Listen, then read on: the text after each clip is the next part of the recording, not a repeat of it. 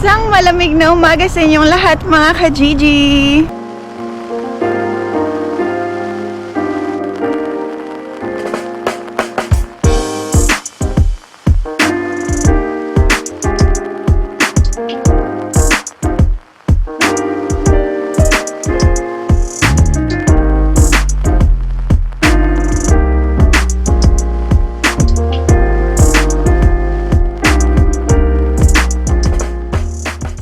Hello mga ka-Gigi! Good morning from Finland!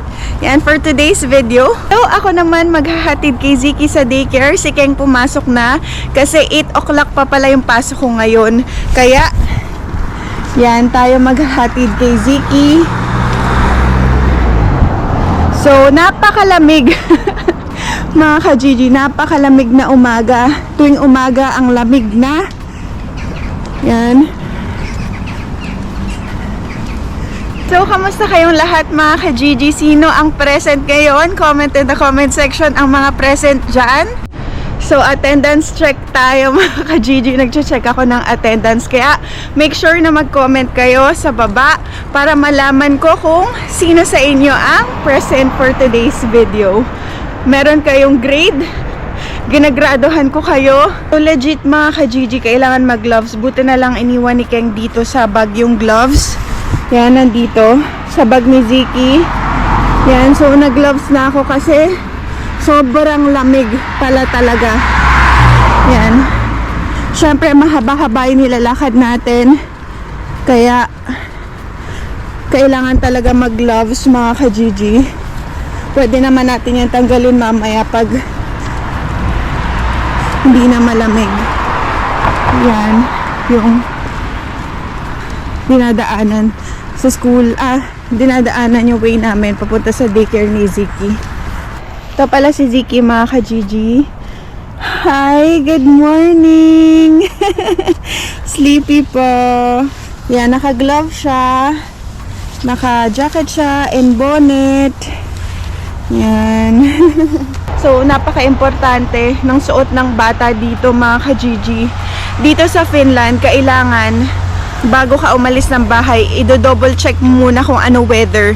Kasi minsan malamig, talagang sobrang lamig. Kailangan naka-proper clothes sila or else sila magsasuffer. Kawawa sila mga ka-Gigi pag sobrang nalamigan sila or sobrang nainitan. Kaya hindi yung challenge dito pag dito ka nakatira sa Finland kasi kailangan naka-proper clothes yung bata kapag papasok sa daycare, pag aalis kayo. Syempre hindi lang yung bata, kailangan kayo rin yung adult din mga ka-Gigi. So sobrang saya ko mga ka-Gigi kasi na-complete ni Ziki yung pasok niya sa daycare ng sobrang aga. Nagsa-start siya ng 6:30 dahil yung schedule nga namin ganon kaaga this week.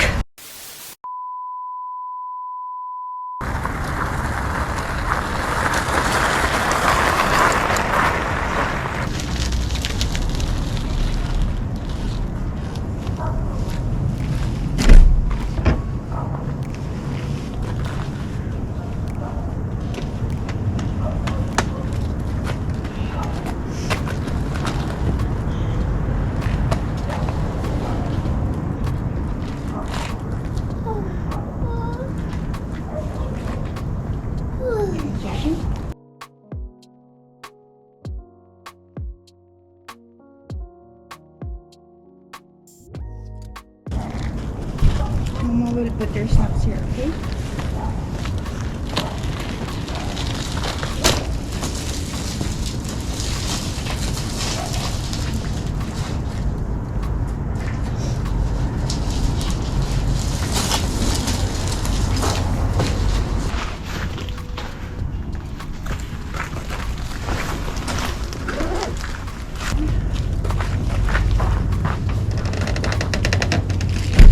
So yan mga ka-Gigi, ito na hatid na natin si Ziki. Grabe, pinagpawisan ako dun. Tinanggal ko na rin yung gloves ko. Ziki, dala niya yung favorite cereals niya. Mini churros, yung favorite niya na cereals. Yan. Good boy yan mga ka-Gigi. Sobrang proud ako sa kanya kasi nakumpleto niya yung 5 days ng sobrang aga. Tapos hindi siya nagre-reklamo. Kaya thank you, Lord. So yan mga ka-Gigi, nahatid na natin si Ziki sa daycare. Hindi na siya umiiyak, kaya very good talaga siya dahil sanay na siya. Kung dati nahihirapan ako kapag ka iniiwan ko siya, umiiyak pa ako kasi syempre nasasaktan ako kapag ka iniiwan ko siya. Pero ngayon mga ka-Gigi, hindi na siya umiiyak, kaya sobrang happy ako. Masaya ako kasi hindi na mabigat sa loob ko kapag ka hinahatid ko siya sa daycare. Yun, so ngayon, kailangan kong pumunta na sa train station kasi yung train ay aalis ng 7:33 ng umaga. So medyo maaga pa naman. Time check natin 7:10 ng umaga, kaya marami pa akong time para maglakad. Yan, pero ayoko kasing malate. Gusto ko yung kahit medyo matagal ako magintay basta hindi na late. Sana lang wala tayong makitang kalaban. So nagtataka kayo kung ano yung kalaban. Yung kalaban is rabbit mga ka-Gigi kasi takot nga ako sa rabbit. So maraming rabbit ngayon, especially kasi hindi ko alam bumabalik na sila kasi taglamig na naman. Gusto ko lang rin pala i-shout out ang aking mister na si Keng kasi thank you babe sa paghatid sa matyaga siya naghatid kay Ziki sa daycare Monday to Thursday. Nag-sacrifice siya kahit na siya yung malate kasi hindi nga ako pwede malate kasi sa hotel ako nag-work.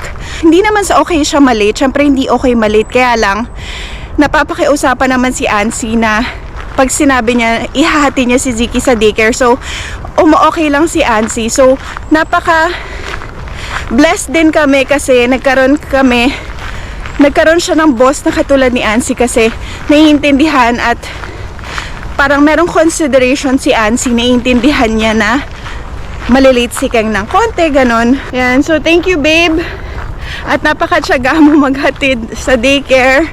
Parati kong sinasabi ganon ang buhay abroad. Kailangan ihatid mo yung anak mo sa daycare para may mag-alaga at makapagtrabaho kayong mag-asawa. Kasi syempre kailangan nyo magtrabaho dalawa, magtulungan sa gastos dahil napakamahal mabuhay dito sa Finland. Opo mga ka-Gigi, mahal dito. Yung cost of living dito sa Finland ay mahal. Ang mahal ng bahay namin, tapos ang laki ng tax. So yung sinusweldo namin, malaki siya pero sapat lang siya na nakakaipon naman, thank God. At sobrang blessed kami. Yun, pero kung dun sa mga nag-aakala, mahirap talaga. Sobrang hirap mabuhay sa abroad. Yan. Lalo na ngayon, sobrang excited kami. Meron kaming nilulook forward na para magbakasyon sa Pilipinas at sobrang excited na kami. Sobrang excited na kami nila Ate Inday, ni Kuya Dudong, ni Keng na magbakasyon. Sobrang yun yung goal namin ngayon. Kaya kayod ng kayod hanggat kaya. So, ang init mga ka-Gigi, naiinitan na ako, pinagpapawisan na ako kasi naglakad tayo papunta doon sa daycare ni Ziki, tapos maglalakad ulit tayo papunta doon kasi malapit lang yung bahay namin sa train station. So, babalik tayo doon. Buti na lang mga ka-Gigi, chinek ko yung schedule ko kasi nasanay ako 7 o'clock yung pasok ko. Yun pala, 8 o'clock pa yung pasok ko ngayong araw na to. Tapos alam nyo ba, mamaya pagkatapos natin dun sa hotel, diretso ako ng isa pang work. So, ano tayo ngayon mga ka-Gigi? Whole day tayo mag-work ngayon. Kaya, kailangan natin maging malakas. Yan, sana magka-energy ako para, alam niyo yun, makaya ko yung whole day. At ganun din bukas mga ka-Gigi. Kaya, sobrang pagodan. Pero, thank you Lord kasi syempre blessing yun dahil meron tayong work. Yan. Tsaka mga ka-Gigi, tignan nyo. Progress ng aking pagpapapayat. Medyo may nakikita naman akong progress. Medyo pumapayat na ako ng konti. So yan mga ka-Gigi, ayoko naman uminom ng energy drink, yung mga Red Bull. Hindi ako pwede sa ganun kasi nagpapalpitate ako. Sila Carla, sila Ronya, sila Amy, ang hilig araw-araw sila nag-energy drink. Kala mo naman matatanda na. Kala mo naman wala silang, alam mo yun, na parang wala silang energy, na pagod sila. Mga bata pa yung mga yun, di ba? Dapat, baliktad, sila pa yung nag-energy drink. Kaming mga matatanda, hindi kami umiinom ng energy drink, mga ka-Gigi. Sila yung umiinom, yung mga kabataan. Pero yan, andito na tayo sa malapit sa train station. So, maaga pa tayo. Andyan yung train papunta sa airport. Ayun o, meron pang moon. Yan. Ay mga ka-Gigi, tinan nyo, unti-unti na siyang nagiging orange. Soon, pagdaan natin dito, tignan nyo. Wala na yan. Parang ganito siya mga ka-Gigi, oh. Yung autumn or fall. Yan, ganito yung mga dahon niya. Ito, mga ka-Gigi, maraming kalaban dyan. Madaming rabbit dyan pagka madilim. Kaya hindi ako dumadaan dyan. Alam ko na yan. Kabisado ko yan. Mga ka-Gigi, kanina pa ako naglalakad. Nakabukas pala yung zipper ko. Pero sinara ko na. Sana wala nakita. Yan, dito na tayo sa... Ayan o. Pero hindi yan yung train natin. Pakera ba yan? Mamaya pa yung train natin. Pa-airport dapat. Ito mga ka-Gigi, dala ko pala yung planner ko. Yan, nilagyan ko ng pictures namin. Si Ziki. Tapos ito yung bagong panganak ako kay Ziki. Ayun si Ziki, ang liit-liit. Ito si Ziki, siguro mga 4-5 months siya dito. Tapos ayan din siya. Tapos kami ni King. Nung wala pa si Ziki dito. Tapos ito, Hazel. Gawa to ni Bella. Yan. Gawa ni Bella sa akin yan mga ka-Gigi. So yun, nilagyan ko lang ng pictures namin. Tapos, dito, yan oh. Ito pala yung ex-boyfriend ko. Nilagay ko yung picture dito na ex-boyfriend ko mga ka-Gigi. Ayun yung ex-boyfriend ko. Gogino. Yan. Naupo muna ako dito habang waiting tayo sa train. Ayun, 7 minutes na lang bago dumating yung train. Yan, naupo muna ako dito sa parang bench. Yan, upo-upo muna habang nagsusulat ako ng mga kung anik-anik dito sa aking planner.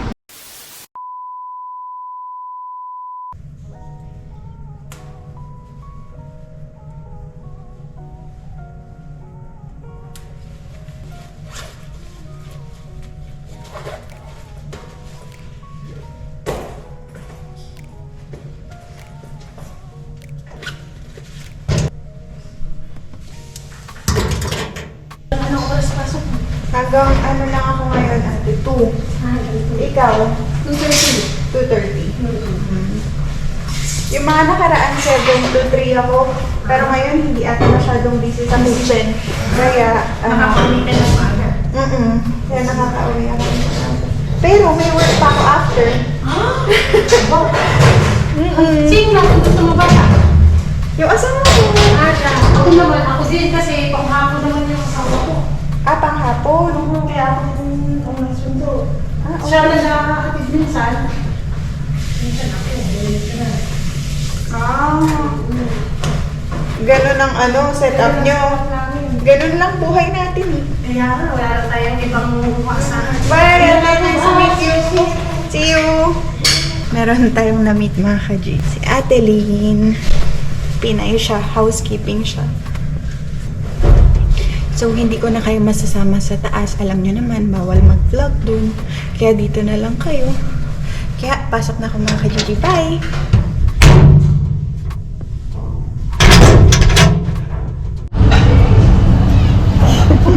Beautiful girl. Say, maganda. Maganda ka. Maganda ka. Look. Wow! Tingnan niyo mga ka-Gigi. Ha? Ayun mga ka-Gigi, oh, meron para dong ano. Wow. Yeah. Ayoko. Ang ganda, oh. Meron siyang parang disco ball. Ayan mga ka-Gigi. Ito. Yung labas dito sa terasta mo. Ito si Ate Esther. Ate Esther, mag-hi ka! Hi, ka-Gigi! So mga ka-Gigi, ayun na nga. Hindi ako nakapag-update. Pero nandito ako ngayon sa Roslyn. Dito tayo nag-work for today's video. Yan. Kasi... Oh my God!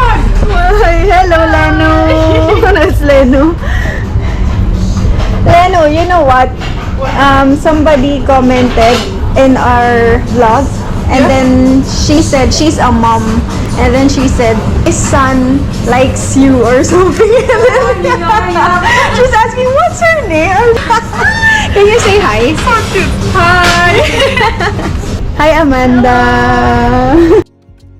So, all girls kami dito. Si Kuya Mark nasa top box siya. Tapos si Ate Esther kasama ko. Ayun, pasensya na kayo mga ka-Gigi. Hindi ako nakapag-update kasi ang dami naming ginawa kanina. Tapos ngayon, medyo napahinga kami. Pero meron dito parang event sa Terrasta mo. So, it's good to be back. Yan, kasi ngayon lang ako ulit na nakapag-work dito sa Roslyn. Kaya sobrang naninibago pa rin ako kasi nga medyo ang tagal natin nawala. Pero at least ngayon, nagbabalik na. May nagbabalik. Yan. So, ayan, merong event dito. Tapos, hindi masyado maraming tao. Pero at least meron kahit papano. Tapos, ayan, nandito kami sa loob. Kasama ko si Leno, si Amanda, si Ate Esther. Then ito na, meron na ditong bago. Hej Antex! What is the experience Ambo? På Suomi. You speak English. Ito mga ka-Gigi, ito naman dito si Kuya Mark sa top box. Ayan, kahit pa paano busy rin. Ayan si Kuya Mark. Doon sila, silang dalawa ni Bella. Busy sila. Ayan, may tao rin. May tao rin sa pinaka-terrace. Ayan mga ka-Gigi.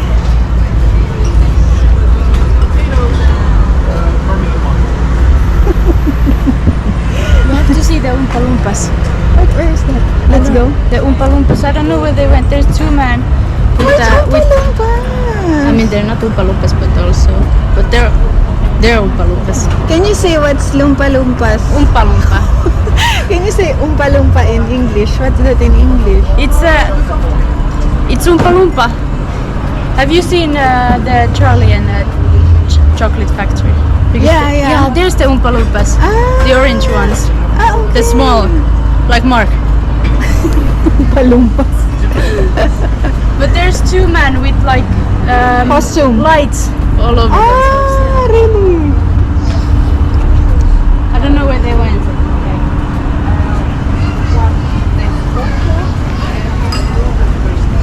And someone forgot their phone in here. Where? I put it there. Which phone? iPhone? Yeah. My phone. iPhone. You call my wife where she is because she is here. Nice. Thank you very much. I wait. Lasing niya yung Lasing.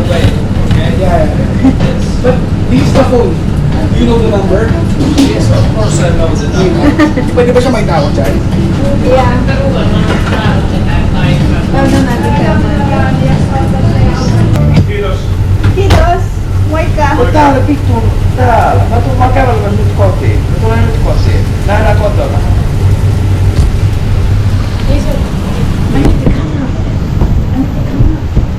It's recording already. Okay. Oh no, it stopped. I tried to run.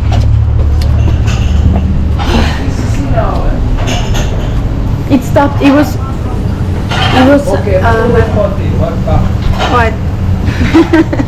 It was like no more lights. Joku ravintolan Did you työntekijä get it? puhelimesta. Mikä tää ravintola on? What is the restaurant? Teurastama Portti. Did you get it? It stopped. Niin nää I aiko. ran. Mä tulen kotiin. I ran Vaikka. here. Yes, I come home. Davai. Hei, kiitos paljon. Mä menen kotiin. I go home. My wife is home. Okay, hey, bye! Bye bye bye bye. Mark and his phone because he don't know where his wife and his kids, and he left his phone with his wife, so he don't know where they are. So he's asking for a favor, like he asked favor from Leno, but I don't know what Leno said. Maybe Maybe Len knows when that comes to the. Can I take the camera in the box? When the show starts, I will record it. Is it now on? Show them. Yeah. Okay.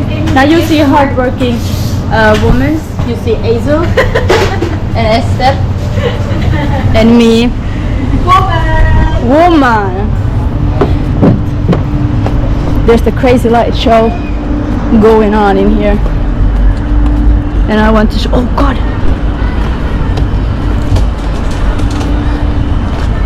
No, it doesn't show. Mark, here's your phone. Oh, oh, oh!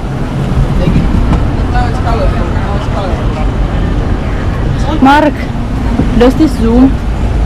I Oh, zoom! Zoom! Hello! Hello! That was funny. The fuck? Hello! Hello! Say, Say hello to my little friend.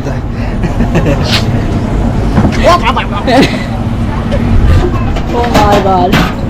There's you. You can see Leonora in there. Go there! No, I'm working. I'm working. Shit! I'm still going, even though I'm working. It's embarrassing. I don't want to go. I'm not going.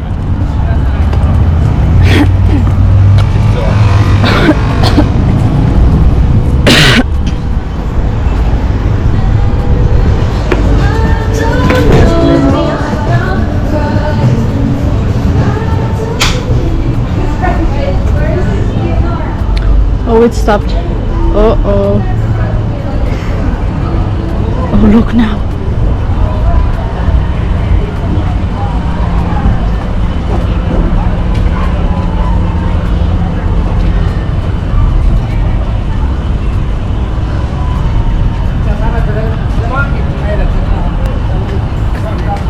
Crazy. It wasn't the best show. Ay, hindi. Billy Eilish. Eilish ba yan? Did you get the Oompa-Loompa? No. They're hiding the small creatures. No. I'm getting it. No, it's still not the best one. I give up. I give up. No. I give up. Here's the camera. I You give up. You give up. Oh my. Yan mga ka-Gigi. So dito ano sila, nag-general cleaning sila nung nakaraan. Yan, kung makikita nyo, malinis na yan lahat.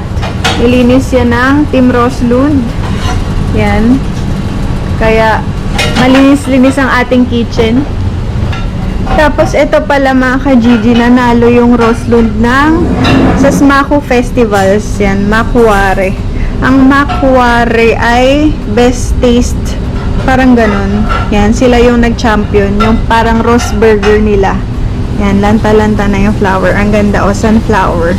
So, congratulations Roslund sa napaka gandang award. So, yun mga ka-Gigi. Nakita niyo yung post ko noong nakaraan na sinasabi ko na sana i-vote niyo yung Roslund kasi meron na namang isa silang nominate sila para sa best lunch dito sa Helsinki. Kasi sa Helsinki to eh. So, kaya lang hindi ata pwede bumoto. Nabasa ko yung comment. Hindi ata pwede bumoto kapag wala sa Finland. So, sayang kasi hindi may gloves pa ako. Hindi pwede bumoto. Pero, ayun, sabi ni Ansi, sana daw makasama man lang sa top 50 best lunch in Finland, yung Terastamon Porti Roslund. Sabi ni Ansi parang kung pwede daw mag-vote yung mga ka-Gigi natin, mapasama sila sa top 50 ng best lunch in Finland. Sana daw tulungan nyo kami. Pero nga since hindi nga ata pwede vote yung mga taga ibang bansa, so hindi ko alam kung paano. Pero ilalagay ko dyan yung link, or kung hindi ko man mapasok dito yung link, please check nyo sa comment section, ilalagay ko yung link kung saan kayo pwede mag-vote. Tapos, ituturo ko sa inyo kung paano. Pagkapunta nyo dun sa link, kung merong translation, i-translate nyo into English kasi nasa Finnish yun mga ka-Gigi. So, pwede nyong ilagay, kapag nasa English niya, pag nasa English na, pwede nyo ilagay, i-search nyo doon, Terasamon Porti Roslun, tapos sa baba yung email address nyo, then vote. Ganun lang mga ka-Gigi, sobrang simple lang. Kaya hindi ko alam bakit nang hihingi pa or hindi pwede bumoto yung mga nasa Pilipinas. Kasi alam ko pwede. Kahit anong email address, kung meron kayong mga extra email address, pwede nyo rin gawin yun. Kasi ako nag-vote na ako. Nag-vote na ako sa email ko, sa email ni Keng, tsaka sa email namin, Azel and Keng. Yan. So, ayun mga ka-Gigi, sana matulungan nyo kami na mapasama ang Terasamon Porti Roslun sa sa top 50 ng best lunch in Finland. Medyo tahimik ngayon, hindi masyado maraming tao kasi nga lumalamig na dito mga ka-Gigi, kaya hindi na masyado naglalabas yung mga tao. Pero parang merong lights event dito. Naglagay sila ng parang disco ball. Yan, nakita nyo kanina. Yan. So, kasama ko lang si Ate Esther dito. Nagchichikahan lang kami, ganun. Kaya hindi pala ako nakapag-vlog kasi kasalanan ni Ate Esther, mga kasalanan niya, mga ka-Gigi, kung ba't hindi ako nakapag-vlog kasi nagchichikahan kami to the max kanina. Then, na-miss namin yung isa't isa kasi ang tagal namin hindi nagkita. Yun, kasi nga alam niyo naman, hindi na ako nag-work dito. Yan, sa mga nagtatanong pala, ba't hindi na daw ako nag-work sa Roslund? Ang totoong dahilan yan, mga ka-Gigi, kasi meron akong ibang pinapag-workan, which is extra work lang rin yun. Wala akong full-time work. So, kahit saan, pwede ako mag-work. Doon sa fine dining, pwede rin ako sa hotel, pwede rin ako dito. So, paikot-ikot lang ako. Minsan, mas maganda pa yun kasi at least, marami ako natututunan, marami ako nakikilalang mga tao na kung saan ako matututo, mas matututo pa ako yan sa kusina. Kaya sobrang blessed ako dahil yun, maraming blessings na dumarating. So, thank you Lord. Ayun lang mga ka-Gigi, ang dami ko nang sinabi, no? Pero, ayun, tsaka pasensya na pala kayo kung hindi ako nakakapag-upload everyday kasi mga ka-Gigi, pagod ako sa work. Tapos, hindi ako nakakapag-edit. Minsan, pag nag-edit ako, naduduling na ako sa antok. Tapos wala, nakakatulugan ko na sa sobrang pagod. Gumigising kami sa umaga, 5 ng madaling araw. Ako pala, gumigising ako 5 ng madaling araw para mag-prepare. Lahat ng kailangan namin, ganyan. Si Ziki, kasi hahatid sa daycare, pine-prepare ko lahat ng breakfast niya, vitamins, lahat. Tapos, mga namin ni Keng, food, ganun, or coffee, ganyan. Tapos yung mga susuotin namin, dapat check din namin yun kasi nga, malamig na, lalo na sa umaga. So, kailangan naka-proper attire ka, gaya ng sinabi ko sa previous vlogs, dahil kailangan naka-base ka ng kung ano yung weather kasi ang lamig na mga ka-Gigi, ayan. So, ayun, kaya pasensya na kayo kung wala tayong vlog everyday, pero pinipilit ko, ginagawa ko yung best ko para makapag-vlog everyday. Pero, hayaan nyo, kasi itong week na to, naging busy talaga ako. Pero next week, try natin mga ka-Gigi makapag-upload everyday. Babawi ako. Ayun, tapos meron din kayong aabangan dahil meron kaming pupuntahan. Yan, so first time namin to gagawin mga ka-Gigi, kaya kaabang-abang yung vlog na yon. Hindi ko muna sasabihin. Syempre, surprise. Yan. So, sa mga hindi pa nag-attendance check, pwede kayo mag-comment sa baba kung sino sa inyo ang present for today's video. Ayun mga ka-Gigi. Thank you sa mga solid ka-Gigi natin dyan na walang sawang suporta sa amin, pagmamahal, sa amin, Azel, Keng, and Ziki. Yan, walang sawang sasalamat sa inyong lahat mga ka-Gigi. Ayun, so, update ko na lang kayo ulit mamaya kasi tignan namin kung ano pa yung pwede namin gawin dito. Pero kanina pala, nawalan kami, naubusan, ang dami. Naloka ako mga ka-Gigi. Unang araw ng pagbabalik ko dito, stress ang inabot ko dahil ang daming kulang. Hindi sila nag-order ng bacon, hindi sila nag-order ng, ano pa ba? Ano pa ba yung wala, Ate Esther? Basta mga ka-Gigi, ang dami. Alam nyo, kanina di ba walang bacon? Tumakbo pa ako sa IMU para bumili ng bacon kasi ang dami naming order na Ross Burger kasi yung Ross Burger meron yung bacon. So, ako yung tumakbo sa IMO bago mag-close. Grabe, hingal na hingal ako. So, yun. Ganun, part yun ng work. Siyempre, kailangan natin yun gawin para sa trabaho. Pero nagalit ako kay Keng mga ka-Gigi kasi sabi ko bakit kulang-kulang, ang daming wala. Ganun, pero syempre hindi natin masisisi si Keng kasi siya lahat yung gumagawa dito, siya lahat nag-iisip, nang-orderin, ganun. Minsan syempre napapagod na rin, alam ko napapagod na rin si Keng sa work. Kaya hindi niya lahat nagagawa, minsan nakakalimutan niya. Kaya okay lang yan mga ka-Gigi.